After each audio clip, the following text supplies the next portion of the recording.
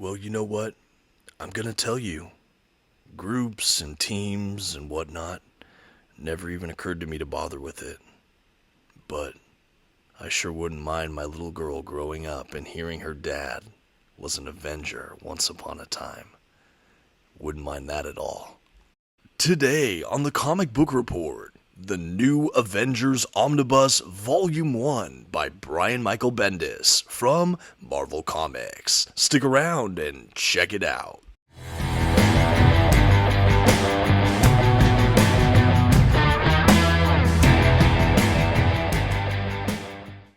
Greetings everyone, my name is Dominic and today you're tuning in to the Comic Book Report, where we review comic books and graphic novels so you can get an idea of what to read. And today I can't wait to talk about a run I have been eager to make my way through. We are going to be talking about the new Avengers by Bendis today on the channel. Now I have finished this Volume 1 in eager anticipation of the Volume 2 that is slated for release later this year, and I cannot wait after finishing this one.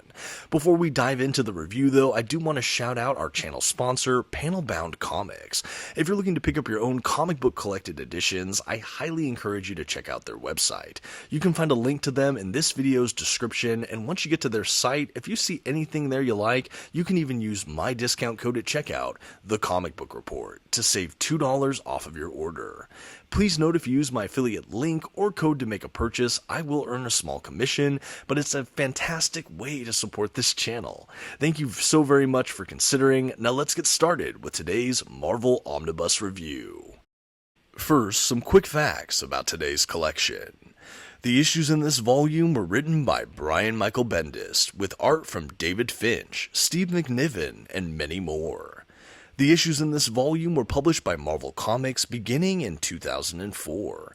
As far as what this omnibus includes, it collects Avengers, the 1998 run, issues 500 through 503, Avengers Finale 2004, New Avengers, the 2004 run, issues 1 through 31. New Avengers Annual 2006, issue 1. New Avengers Most Wanted Files. New Avengers guest starring Fantastic Four, issue 1. Giant Size Spider-Woman, issue 1. New Avengers Illuminati One-Shot. Civil War The Confession. And Civil War The Initiative. And finally, this is an oversized hardcover edition with glossy print paper stock, a sewn binding, and a total of 1,208 pages. At this time, I'd like to go ahead and issue a general spoiler warning. I will be flipping through the contents of today's collection and commenting on plot points throughout. You've been advised. Okay, and here's our first dedicated look at the front dust jacket cover for today's release. I should note that this is a standard edition cover. This printing also had a direct market cover release, which I'll throw up a quick thumbnail of that just so you can get a look. I prefer this standard edition cover. I love the kind of lightning struck silhouette of our primary heroes there. I just think it's such an iconic image that absolutely captures the beginning of this incredible run. The spine design for this omnibus is gorgeous. We have the Marvel Omnibus logo up top. We have kind of a lot of the imagery from the front cover retained here. We have the lightning strike against a field of red, the New Avengers in that stylized font, a handful of the creators, and then at the bottom we have a picture of some of the characters with a Volume 1. The direct market cover might have a different image at the bottom of the spine. I'm a little unclear on that. Otherwise, between that and the covers, these books should be identical. Now, along the back cover of today's dust jacket, we do have thumbnailed covers of all the issues collected inside, which I like to see. This is a popular back of dust jacket option for a lot of the Marvel books here, and overall, definitely not disappointed. Along the bottom, we have the actual issues collected, some pricing information, the Marvel logo, age rating, things like that. All pretty standard fare here. Overall, I do like the dust jacket design, and I am hoping we get a matching spine for the Volume 2. Alright, and like I like to do, I did want to spend one more moment on the exteriors of this book. To do that, I'm going to go ahead and remove the dust jacket to look at it in greater detail. This time I'll also show you the interior flaps, which have a greater description of the book and things about some of the creators. I'll spread it all out so you can see it at a glance. We don't have any wraparound imaging here, but again, just a good look at what you can expect from the dust jacket for the standard edition. Overall, like I said, I really like the graphic design here. I like the choices they made. I would love to see matching spines for editions additional volumes in this run, but we'll see what Marvel cooks up. On the actual hardback book itself, we have this kind of broken Avengers A against a kind of red background. We get a lot of red in this run, which I like. That's kind of the thematic color we get. As you can see, too, I have a little taped mark up front. I had a little owie on my edition. That's just for me, not for the print run, just as a heads up. But yeah, that A for the Avengers there is broken up, and it's wrapped around and spread across the hardback book itself. Overall, a pretty fun aesthetic choice. And now for all you prospective collectors out there, I did want to show a quick look at this book's binding. So this is after reading this omnibus through one time. I am happy to say this binding is really solid. You know, it's sewn binding, mine has a bit of an eye here, the page is laid down way flatter than I had expected, and I would consider gutter loss throughout the collection very minimal. Again, you'll be able to see too as I flip through, but overall I was very happy with the binding. Now that we're done looking at the exteriors and the make of the book, I did want to do a quick side-by-side shot. So this is the New Avengers Omnibus Volume 1, right next to the House of M Omnibus that was released from Marvel Comics a few years ago, one of my favorite Marvel events of all time. This omnibus includes a bunch of the tie-ins, but you could read that House of M event by itself, those 8 issues, and have a grand old time. Why I have it here next to the New Avengers is because this run really begins or kind of circles that House of M event, and while that's not completely necessary to enjoy this volume, I do think it has a great context, and it will get you right to the heart of the central conflict of the Avengers at this time, and really kickstarting the world of New Avengers. I really enjoyed this run, and I can't wait to talk about it more, so let's go ahead and dive in. Okay, and making our way into the collection today, after some nice red Avengers end pages, we do have a title page, followed by a 2-page spread that gives us a mapped kind of creator breakdown page. We have this in lieu of something like a proper table of contents. Across these pages, we have all the creators involved, along with which issues are presented in this omnibus. We also have some of the publication information and things of that sort. After that, we do pick up right away with Avengers issue 500. Why I think this is really exciting that this was included in this omnibus is that it was notably missing from the House of M omnibus. Do you need it to enjoy House of M? No, not really, but it absolutely sets the stage for that event. These couple issues, 500 through 503, and there's some kind of special in there as well. It's called Avengers Disassembled. Now, I did review that story as a separate trade paperback I did pick up in the recent year or so, because I was worried after reading the House of M omnibus that I wasn't going to find it in a oversized hardcover format, so I was elated to find it in this omnibus. Essentially, this is the story that basically has the dismantling of the Avengers team in the Marvel Universe. A huge anniversary issue, obviously, with issue 500. It basically describes a kind of back-to-back-to-back hit that the Avengers receive. We have the destruction of the Avengers mansion. We have the deaths of Vision and Hawkeye and who else? Gosh, there's a couple mainstay Avengers that are all killed off in these couple of issues. It appears that Tony Stark is a drunkard in front of, I think, the United Nations, and we just have all sorts of chaos and drama ensue. And I use the word chaos, well, relatively intentionally. We find out that behind the scenes of all of this, Scarlet Witch, Wanda Maximoff, has kind of gone rogue. But anyway, this is basically the end of the proper Avengers team, and for a time there is no Avengers. And in that stage comes the New Avengers. I honestly really enjoyed the Avengers Disassembled storyline. If you'd like to see me explore that story further, I'll try to link the video where I just talk about the collection, including Avengers Disassembled. I will say after that, do you have to read House of M to enjoy this? I know I showed the House of M omnibus. I wouldn't consider it a requirement, but it does help give you a bit of context, as it does happen, I think, right before the New Avengers, or kind of concurrently with the beginning of it, right after Avengers Disassembled. It's just a really great space to slot in that story. My final word on Avengers Disassembled for now, though, toward the end of it, I don't know if it's a Avengers finale, I can't remember what the issue is called, but essentially it's kind of the farewell to the Avengers, and there's a moment where they've disbanded the team, they're all going to go the separate ways, and outside the kind of public and the city of New York has kind of gathered for them, basically saying Avengers forever and stuff like that, and it's just a really loving and beautiful swan song that ultimately plays out Earth's mightiest heroes. Okay, and while I'm flipping through the tail end of all of those Avengers Disassembled era issues, I am going to go ahead and start talking about the New Avengers, beginning with New Avengers issue 1, which we will get to momentarily in the flip through. So after Avengers Disassembled, like I mentioned, there's a period where the Avengers are no longer in the Marvel Universe. The team has kind of gone their separate ways. Absolutely, we had some grievous losses during the events of Avengers Disassembled and all of that. Well, what happens? How does the Avengers form? How do we have the New Avengers in the first place? Well, that all happens in this first story arc of the New Avengers. And honestly, I love this story as well. In case you don't know, the first story arc concerns itself with a prison breakout, but it's not just a prison breakout, it's a supermax prison where all of the most intense supervillain and such things are located in something called the Raft. It's basically an Alcatraz-like island prison, partially underground, and essentially they're moving a prisoner or trying to get a prisoner in there, and we have a couple heroes that just happen to be around the island, like Daredevil, I think, is there as a lawyer, and a few others, which I liked, and basically a huge kind of explosion is seen coming off of the Raft, and this alerts Spider-Man, everyone's favorite wall crawler, and so he heads out towards this little prison island, and we basically see a huge scale prison breakout at one of the most notorious and dangerous prisons in the world. Now, basically, this kind of ragtag group of vigilantes or heroes show up and try to stop this breakout, try to mitigate the losses here, and try to wrangle everyone they can.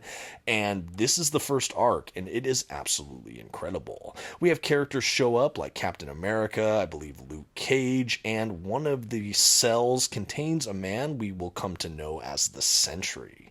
Well, anyway, this first arc, we have a lot of villains show up, which I loved. Notable appearances from characters like Electro and Carnage and many more. And the heroes that are there on that island, again, are just trying to do everything they can to keep the prisoners locked down, to kind of subdue the situation or dismantle it the best they can.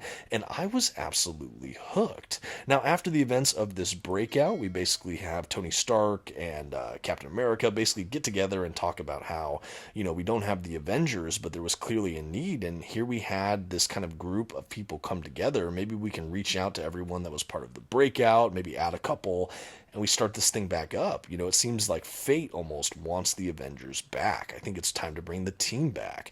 So they kind of resolve to do so, and we have issues that basically tag in on each of these members that was part of that breakout scene to try to draft them into this new Avengers unit. I really liked this. We had a situation where Daredevil is asked because he was there, and he's like, I can't right now, I have too much going on in my personal life, which I loved, and especially having Bendis write that incredible run on Daredevil and now New Avengers. I think that was a fun wink or something like that. Luke Cage actually accepts because him and Jessica Jones are expecting their baby, and he wants his daughter to grow up in a world knowing that her daddy was once an Avenger. Love this as well. Obviously, Bendis was a writer on Alias, the Jessica Jones series, which heavily, showcased Luke Cage as well. So I love that he's kind of playing with some of his Marvel mainstays here. All really fun. Then we have Spider-Man approached as well, of course. We have Spider-Woman on the team, and we just have this really eclectic and interesting team of new Avengers, some old and some new, and they basically reform. Now, after this point, I'm going to jump around some of my favorite story beats or bits in this omnibus. I'm not going to hit everything. This isn't going to be a completely exhaustive review of every single nuance of this omnibus, because honestly, this book is absolutely packed. A couple places we go, though, after this, we do explore the origins of the Sentry, Bob Reynolds. He has a really fascinating story. I know they recently used that character in Thunderbolts, that film from the Marvel Cinematic Universe, the MCU. But for those that don't know, in the Marvel Universe, he's basically this character who he remembers being a hero just like everyone else back in the Silver Age, but for whatever reason, no one remembers him. He also has a lot of mental health situations happening, and when he is in heroic mode, he is the Sentry with the power of 1,000 exploding suns or 1,000,000 exploding suns or something preposterous. He's just basically like an uber Superman when he's on his game, and when he's not as much, there's this darker persona he has that he calls the Void that tries to take over. So one of the early story arcs has them trying to recruit the Sentry, but the Void is taking over, and we have members of the X-Men like Emma Frost and things trying to help sort him out. That was a fun story arc. We also have the New Avengers team going over to the Savage Lands, where we find Wolverine there in the forest, and ultimately he joins the New Avengers. Yes, this roster is absolutely stacked. That storyline was kind of fun as well, the little adventures throughout the Savage Land. Another thing I like is that we have, with the emergence of this team, we have Maria Hill and the rest of S.H.I.E.L.D. extremely wary of this team happening. This is also in the wake of Marvel's Secret War, not to be confused with Secret Wars, and I like that as well. A lot of suspicious things happening. Nick Fury is MIA, and S.H.I.E.L.D. is now being run by Maria Hill, but they really don't trust the vigilante groups, but the Avengers are very clearly wanting to do their own thing and not be as affiliated with S.H.I.E.L.D. at all because they don't really trust them. So there's a lot of interesting kind of political angles here between these different factions within the Marvel Universe, and I love how that was arranged. We're also in the wake of the House of M, which not every single person remembers, and it's just interesting, and especially for the mutants. So we have a storyline in here as well where there's a character who basically absorbs all the powers of all the mutants who lost their abilities, and he's in one person. And so we have the New Avengers fighting this character after he completely kills just about all of Alpha Flight. I thought that this was a really intense story, and I thought it was really well executed. Another member of the New Avengers, of course, as well, is Miss Marvel, Carol Danvers, a really just powerhouse character that was utilized really well in that story arc, I felt. We also have a couple story beats that seem to take place over in Japan, overseas, which I liked. We have the emergence of this character Ronin, who we find out is actually Echo, a Daredevil character, which I liked. And at the end of this omnibus, we have a second person using that Ronin persona, who is, of course, Clint Barton, the once Hawkeye. I thought that this character was fun. He's kind of a martial artist, and their exploits overseas, battling the Hands and some of the other clans over there. We see appearances from Elektra. Those are all pretty fun as well. But I think the next big story bit I definitely want to spend some time talking about here is the approach of the Marvel Civil War. So that event series also happens right in the middle of this run, which is pretty impressive to me, and this team is obviously right at the center of it. The huge team leaders for the Civil War are basically Iron Man versus Captain America, both of which are sitting members of the New Avengers, so you might think, what in the world's going to happen here? And as much as I'm a huge fan of Civil War, I never actually read a lot of the Avengers tie-ins, and I was absolutely delighted. I thought that they were fantastic issues within this omnibus. During that period, we basically had an issue devoted to a lot of the different Avengers characters, which I liked. We had an issue devoted to Captain America. We had one following Luke Cage. I really loved that issue. One that followed Spider-Woman, and so on and so on. I thought that this was a really effective way to show how each of the team members dealt with the ongoing events of Civil War. And while you don't have to read Civil War to enjoy this omnibus, I think it would certainly help fill some of the gaps, although I'm happy to say Marvel does have kind of paragraph-based exposition pages between issues to kind of fill you in on what you've missed with the event, so you can kind of try to trace or follow the lines and get the narrative plot threads you need to just enjoy this book as a one and done. After the events of Civil War, though, this Avengers team is really no more. We don't really have them as unified, and we have issues after this point either following characters like Tony Stark and Miss Marvel, I should say, at the time, and some of the people that were pro the Registration Act on that side of the Civil War, and then we have issues that follow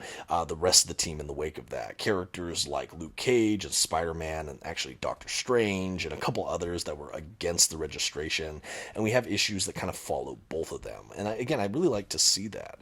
Of course, a huge notable aspect of Marvel's Civil War, and this is a spoiler, but it does affect New Avengers, we did have Steve Rogers get assassinated at the end of that event, and so basically Captain America is off the board at this point, and you have the rest of the Avengers that were against the registration, basically complete vigilantes, outlaws, and you have the people pro-registration like Tony Stark, Miss Marvel, and a couple others, basically totally like government regulated.